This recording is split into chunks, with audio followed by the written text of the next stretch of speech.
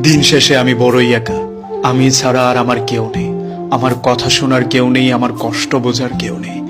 আমার মন খারাপ কারো হৃদয় স্পর্শ করতে পারে না। আমার চুপ থাকা কাউকেই ভাবায় না। আমার দূরে সরে যাওয়াতে কারো কিচ্ছু যায় আসে না। আমার হারিয়ে যাওয়া কাউকে কাঁদায় না। দিন শেষে আমি আমারই।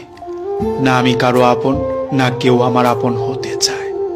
মাঝে মধ্যে মনে হয় প্রিয় মানুষগুলোকে আর একটু কম গুরুত্ব দিলে হয়তো থেকে যেত, কারণ অবহেলায় নাকি মানুষের গুরুত্ব বাড়ে।